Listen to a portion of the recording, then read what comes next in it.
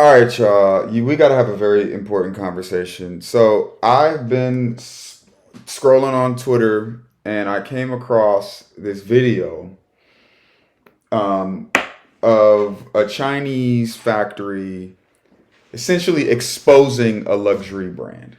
Okay, I saw it. I saved it. I was like, I'm gonna watch this later. I think I want to react to it.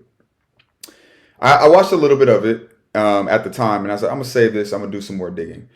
I wanted to go. I'm gonna show you the video. It'll make more sense. I wanted to see if this was a recent thing or what. I wasn't sure. Didn't know what was happening. I get on TikTok, which I never get on TikTok, and I see this trending. It says China exposes luxury brands. Louis Vuitton respond to China. U.S. shipping stocks drop. Louis Vuitton have seemingly reacted to all of the videos going viral. Okay, so let's watch this. Let's see what's going on, man. Okay, let's see what's going on. This Birkin bag at Hermes boutique will cost you 38,000 USD. But what is the real cost out of the factory? Today I'm going to break it down in front of you, step by step. First thing first, Hermes only use the leathers from the three top-level suppliers. One is called Muti from Italy. The second is Weinheim from Germany, and the third is Baz from France. One piece of Togo leather, the same leather as this one, will cost 450 USD. And one piece of the leather is only enough to make one Birkin, okay? The thread. And of course, for Hermes Birkin, the thread is also the best top level. It's called Fil Al Chinois from France. This is actually the Rolls Royce in thread. For each bag, the cost is 25 USD. And then the hardware. See, this hardware is called 316 hardware. It's also known as the ocean stainless steel because it can withstand the erosion of seawater. It's the best stainless steel. For one piece of bag, the hardware will cost 150 USD. Edge oil. This edge oil. Do Birkins really look like this? Look like a cheap Birkin to me. Is this a real Birkin? Ladies, can somebody tell me, is this how Birkins really look? Because it looked cheap to me. That's just me. It looked cheap to me. That's just me. I don't know. That's just me. It's imported from Italy. It's called heat seal edge oil. For each bag, it will cost 50 USD. The interior lining, it used lambskin imported from France. For each bag, the cost will be 100 USD. And also inside, there is a zipper from Riri brand. And the zipper for one bag is 10 USD. And then the cost of human resource. The French artisans is much more expensive than Chinese artisans. To finish one bag, the human resource cost will be 600 USD. The package, now this is not that expensive, it's 10 USD. So now to sum those up, the total cost will be 1,400 USD for one Birkin out of factory. But why Hermes will a $1,400 Birkin? Okay. charge you 38,000 USD for one bag? That's because more than 90% of the price is paid for its logo. But if you do not care about the logo, you just want the same quality, same material, you can just buy from us. Because for our bags, we use exactly the same material, same leather, same hardware, same edge oil. The only difference is one, we don't have the logo, so we don't have to pay so much amount of. Okay. And I got another video that we're going to watch that I watched earlier that pissed me off even more than this video did. But does he not know that we're American? Does he not understand that we know this? We don't not know this. This is why I'm a little bit confused as to why all of these Chinese manufacturers are like exposed. We know. We buy it because nigga, we putting that shit on. I don't understand. I'm genuinely confused by what they think they're doing. And I got this video here, which is even more crazy.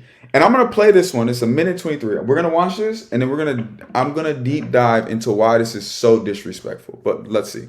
Do you recognize this style, this bag? Of course you do. For the past more than 30 years, we have been OEM factory for most of the luxury brands around the world. Gucci, Prada, Coach, Louis Vuitton, you name it. But for this, I'm not proud because we were only making our wages. The profit margin for the people who are actually making the bags are very low.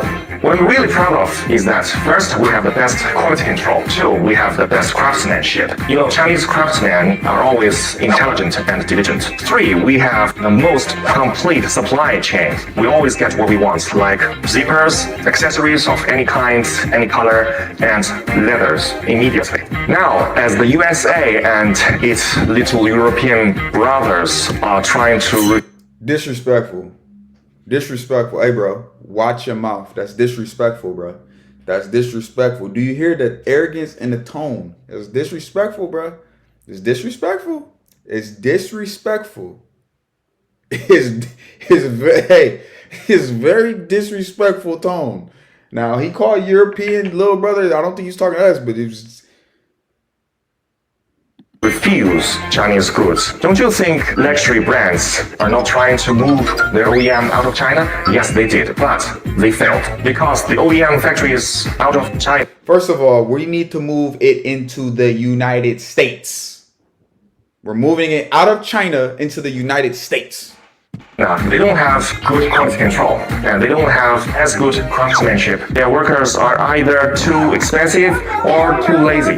Three, they don't Cocky. He's a cocky son of a gun. He's cocky. have any supply chain. They always have trouble getting leather or zippers or any accessories. That is why they failed, and that is why we will always be the best OEM factory for luxury brands. Why don't you just contact us and buy from us? You won't believe the prices we give you. All right, so here's my thing. This is what is making me upset, okay? And I want you guys to understand this. It's twofold, right? Because one, you know, this channel that we're building, we are producers.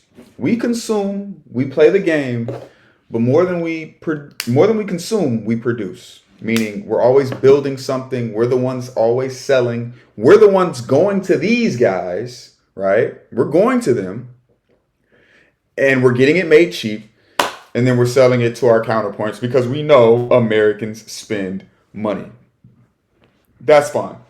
What we have to understand is these guys are only surviving and they're only benefiting because of us, Americans. Okay? Without American dollars, they have nothing. Think about it. This man's in China. He didn't say one Chinese word. Every word was American. Every word. And he's in China. Now, anybody watching this, can you speak Chinese? No. Because we don't need to speak Chinese. Okay? Because we're American. Now, you guys know I'm pro-America. Do what you will with that. But I think that we reside here and we should take pride in where we live. With that being said, the fact that they're willing to undercut the big brands and try to go direct to consumer, to me, shows a little bit of desperation. Shows a little bit of desperation. And quite frankly, I would rather brands, and you know it's crazy because Louis, I don't even know if Louis V, and I don't even know if I'm assuming those are not American brands, right? But do you see what's happening? These companies are going to China to get it made cheaply. And then everybody is banking on the American dollar, which is why we need to take our dollars back, produce things in-house, and keep our dollars with us. Because everybody's eating off of our greed. And I'm going to stop there. What I'm going to just end it off with is, guys, we have to change our mindsets and how we're consuming.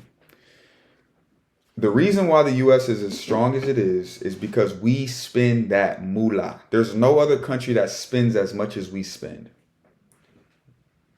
It's just a fact.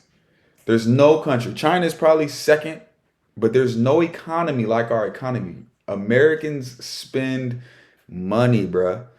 And as long as we continue to spend money, we're always going to spend money. The system is built. We're always going to spend money. But what I want for you guys is to recognize what's going on and just come on the producer side, okay? Come on the producer side. That's all I got to say. I want to send you guys this. I just want to know what you guys thought about this. This type of stuff makes me like feel ill will towards China. It's just honestly speaking, not that they're people or nothing like that, but I'm feeling a little abused. What do you guys think? Hit the like button, drop a comment, subscribe if you're new. Why are they trying to expose luxury brands? What's going on?